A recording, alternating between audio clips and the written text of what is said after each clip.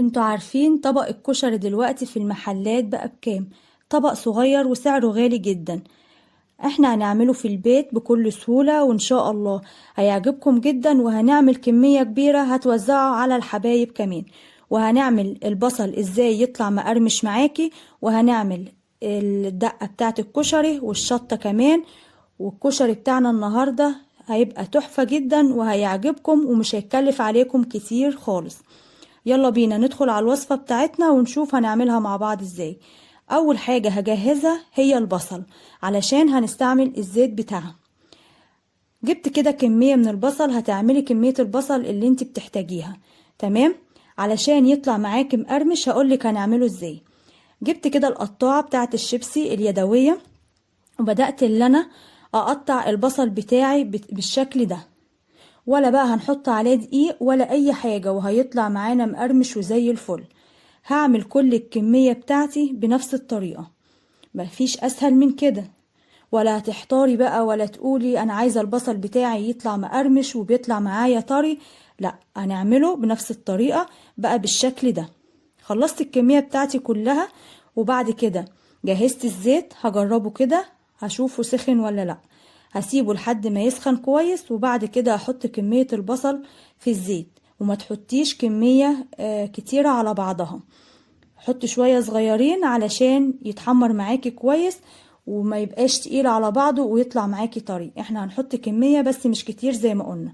تمام. وهديله بقى تقليبة اول ما احطه، من وقت للتاني هديله تقليبة علشان كله ياخد لون واحد. احنا مش عايزينه محروق، احنا عايزينه لونه ذهبي حلو. هسيبه بقى كده، ومن وقت للتاني هديله تقليبة لحد ما وصل للون الذهبي الحلو ده. هبدأ بقى اللي انا اطلعه على مناديل المطبخ، وانت بتطلعيه هتحس اللي هو طري معاكي.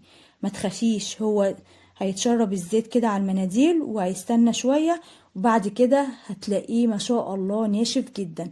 هتفركيه بايدك كده يبعد عن بعضه، تبقى الواحدة بعيدة عن التانية، وهتلاقيه معاكي تحفة. احنا عملنا البصل الاول زي ما قلنا علشان الزيت اللي احنا عملنا فيه البصل هو اللي هنستعمله في كل الخطوات بعد كده، علشان يدينا طعم وريحة الكشري اللي بنجيبه من بره. تمام. هخلص انا بقى بقية الكمية علشان ما اطولش عليكم، وبعد كده هنشوف هنعمل ايه مع بعض. شايفين بقى البصل بتاعنا كله واخد لون زي بعضه وتحفة بجد. هنبدأ بقى نجهز الصلصة بتاعة الكشري. جبت حلة وحطيت فيها شوية من الزيت اللي احنا عملنا فيه البصل، وحطيت معلقة كبيرة من الثوم المفروم. تمام. هبدأ بقى اللي انا اشوحها في الزيت، وما تحمرهاش قوي، ما تخليهاش تحرق معاكي علشان الثوم ما يمررش.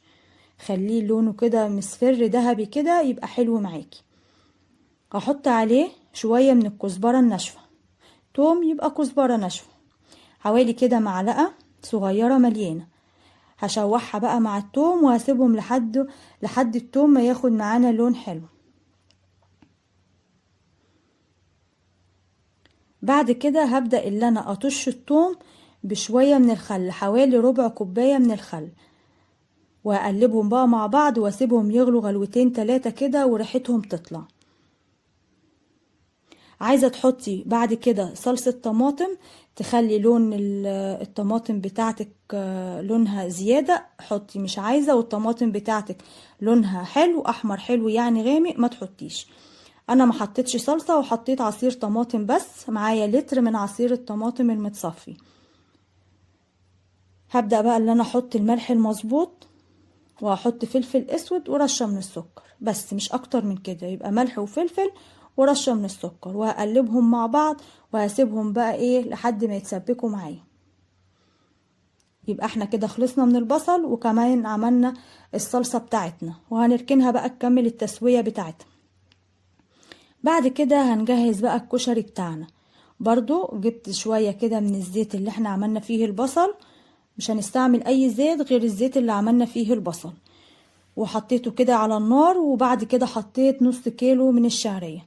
طبعا كمية الكشري اللي انت عايزة تعمليها هتعمليها، لو ربع كوباية، لو ربع قصدي كيلو من الشعرية، او لو نص كوبايه لو انت هتعملي حله صغيره، لو انت مثلا وجوزك بس ما فيش اكتر من كده، ما عندكيش اولاد يعني، هتعملي اصغر حله عندك، فهتعملي طبعا كميه اقل من كده. فالكشري حسب بقى ايه الكميه اللي انت عايزاها.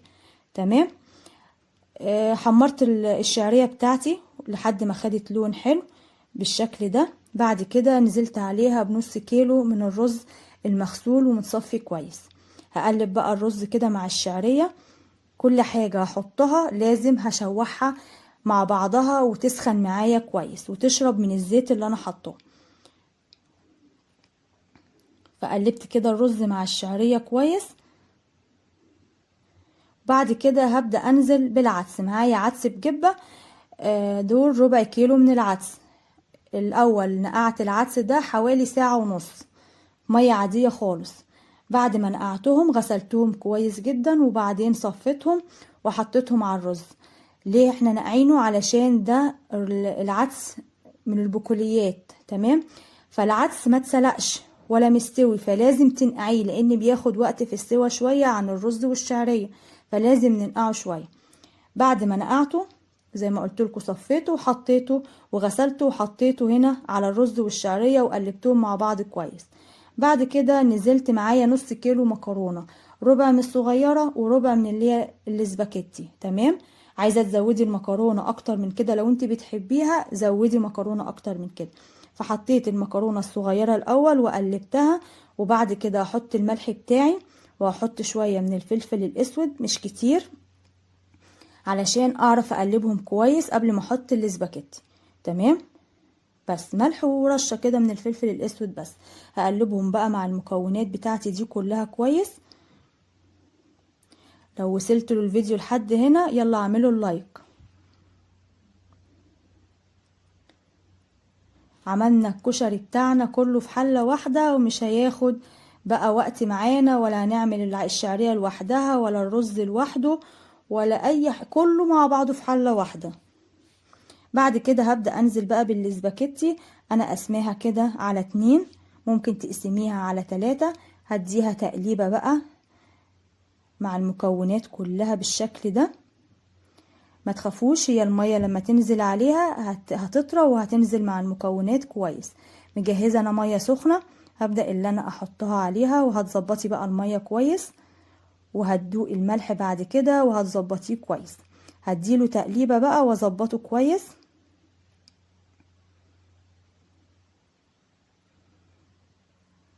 تمام. احنا كده خلصنا الكشري بتاعنا، فاضل حاجتين 2 اللي هنعملهم مع بعض. دلوقتي بقى هغطي عليه واسيبه لحد ما يغلي وما يتشرب كده. هبدأ اللي انا اوطي عليه واسيبه يستوي على نار هادية. بعد كده هنعمل الدقة بتاعة الكشري، هنعملها على البارد. هنعملها ازاي؟ معايا معلقة من الثوم المفروم، معلقة كبيرة، عليها معلقة كبيرة كمون، ومعلقة كبيرة من الكزبرة الناشفة، معلقة كبيرة ملح، كل حاجة معلقة كبيرة. وهبدأ اللي انا اقلبهم مع بعض كويس. التوم كده يتخلط مع التوابل والملح، اقلبهم مع بعض كده كويس. بعد كده هنزل عليهم بنص كوباية من الخل وكمان عصير ليمونة. انا هبدأ اللي انا اعصر الليمونة الاول، هعصر التانية، هي ليمونة واحدة على المقدار ده. عليهم بقى نص كوباية من الخل وهقلبهم مع بعض كويس.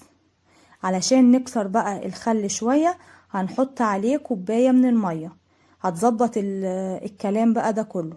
تمام. ولا هنغليها بقى على البوتاجاز ولا هنحمر تومة ولا اي حاجة، هي هنعملها على البارد كده بتبقى طعمها في منتهى الجميل. هقلبهم بقى مع بعض كويس وهركنهم على جنب. يبقى كده خلصنا. فاضل معانا شطة الزيت. تمام. كده الصلصة معانا هي شغال عليها زي ما انتوا شايفين، لسه عايزة شوية كمان. هنبدأ نجهز بقى الشطة بتاعتنا.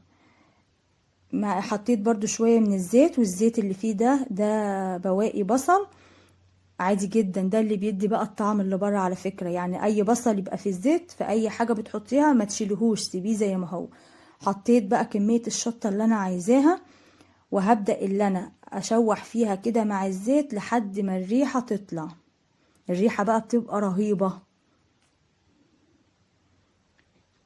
فحاولي اللي انت تبعدي شوية علشان الريحة ما تضركيش لو انت بتتعبي منها، لانها بتبقى شديدة جدا. هفضل اقلب كده لحد ما ريحتها تطلع خالص، وبعد كده هطفي عليها.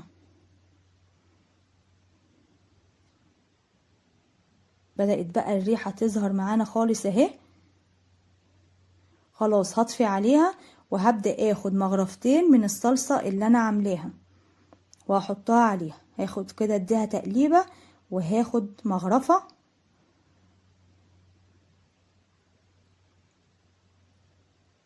الله الله بجد. هحط واحدة كمان بس كده. هديهم بقى تقليبة مع بعض كده، وكده خلصنا الشطة كمان. بتبقى بقى الشطة دي نار يعني، وانت بتحطي لو انت متحبيش الحاجة حراقة قوي بالراحة، لو انت بقى بتحبي الحاجة حراقة قوي عيشي بقى معاها. بعد ما الصلصة بتاعتي اتسبكت بالشكل ده، حطيت عليها كوبايتين من المية، وبعد كده ظبطت الملح بتاعي. تمام. هسيبها بقى تغلي غلوة كده مع المية اللي انا حطيتها او غلوتين، وبعد كده هطفي عليها. والكشري بتاعنا كمان كان خلص ما شاء الله، استوى ومفلفل وبقى زي الفل. هنبدأ بقى اللي احنا نقدمه. هتقدميه بالطريقة اللي انتي عايزاها واللي انتي حباها. تمام. شايفين ما شاء الله مفلفل وكل حاجة مستوية وتحفة، ولا معجن ولا حاجة.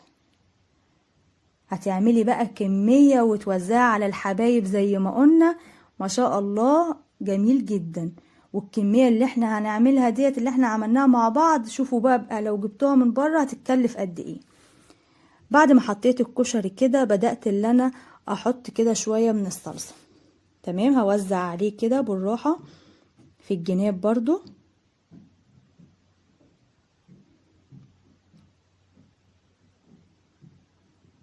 تمام. بعد ما حطيت الصلصة، انا طبعا مجهزة حمص معايا. لو انتي ما بتحبيش الحمص تقدري تستغني عن الخطوة دي. عملت الحمص ازاي؟ نقعته حوالي 12 ساعة، انا نقعاه من بالليل. تمام. بعد كده شغلت عليه النار وسبته لحد ما غلي. والريمة بقى اللي بتطلع فوق ديت لازم تشيليها. وهو بيغلي يعني، فبشيلها اول باول كده، وسبته لحد ما استوى. بعد ما استوى حطيته بقى تحت الحنفية كده مية ساقعة على طول، وغسلته كويس. وبعد كده سبته في مصفى لحد ما اتصفى. شايفين بقى البصل بتاعنا تحفة. شايفين بقى كل واحدة بعيدة عن التانية، وما شاء الله ناشف ومتحمص وطعمه في منتهى الجميل. حطيت برضو شوية بصل كده فوق، قلت لكم التقديم زي ما انتوا عايزين وحابين. هحط بقى عليه برضو شوية حمص كده تكسر اللون بتاعه شوية وبس. وكده طبق الكشري بتاعنا جاهز. ومش كده بس، هقدم كمان معاه. هحط كده في بولات.